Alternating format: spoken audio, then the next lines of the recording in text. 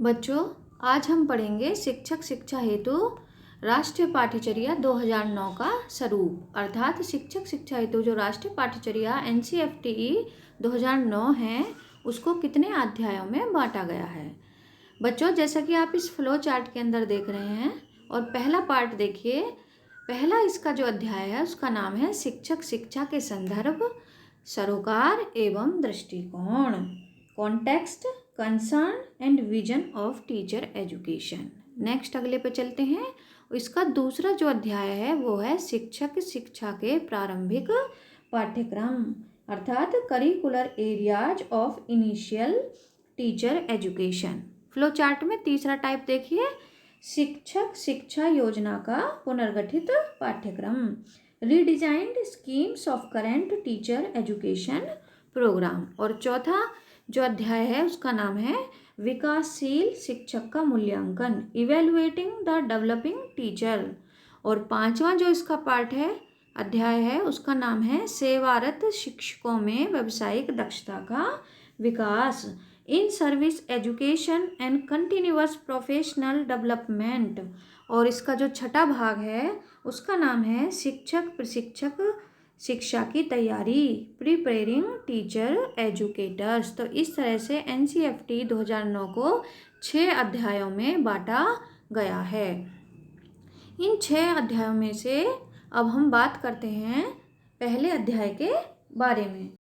शिक्षक शिक्षा के संदर्भ, सरोकार और दृष्टिकोण NCFT 2009 का प्रथम अध्याय है। और इसे आप बच्चों फ्लो चार्ट में देखिए।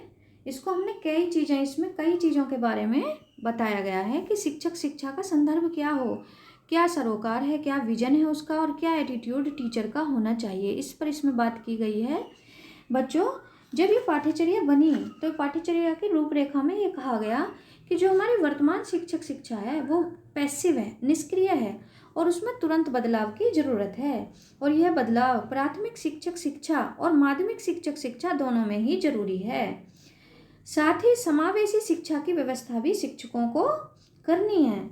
साथ ही समानता और संवेदनशीलता युक्त शिक्षकों का निर्माण भी किए जाने की जरूरत है। शिक्षक शिक्षा में समुदाय की भागीदारी को भी सुनिश्चित किया जाए। और आज का युग विज्ञान और प्रौद्योगिकी का युग है, इसीलिए ICT को भी शिक्षा में जोड़ने की जरूरत है।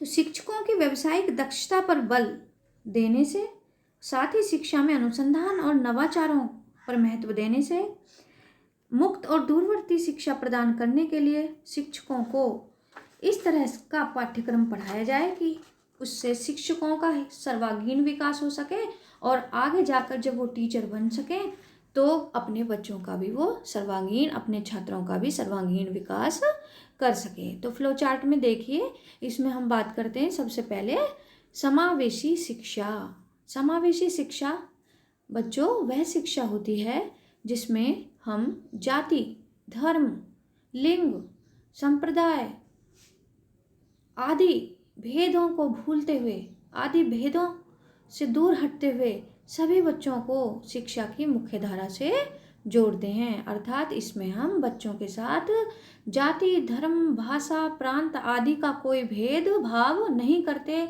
बल्कि सभी बच्चों को हम शिक्षा की मुख्य धारा से जोड़ते हैं। तो समावेशी शिक्षा आज एक नया कंसेप्ट है और हमारी एजुकेशन में इस समय चल रहा है, जिसमें हमें सभी बच्चों को शिक्षा की मुख्य धारा से जोड़ना है। दूसरा पॉइंट इसके अंदर है शिक्षा में समूह ज्ञान की भूमिका।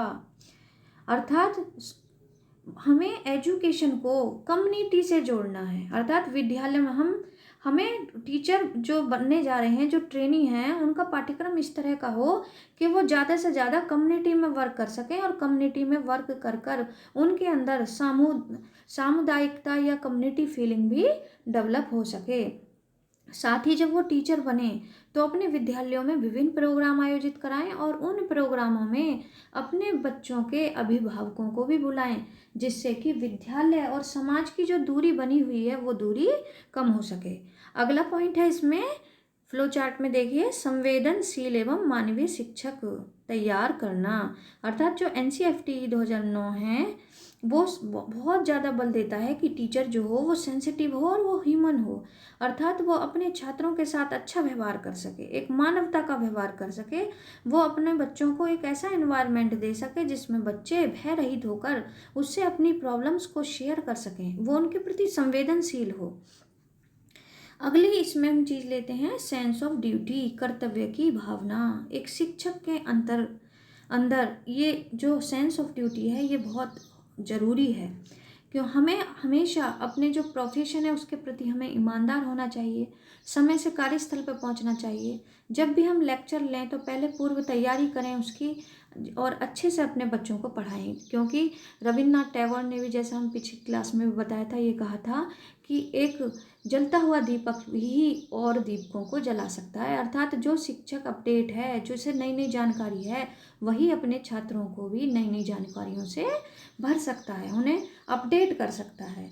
तो एक टीचर में सबसे महत्वपूर्ण क्वालिटी पंक्चुअलिटी का होना, ओरिजिनलिटी का होना, सेंस ऑफ ड्यूटी का होना बहुत ज़रूरी है।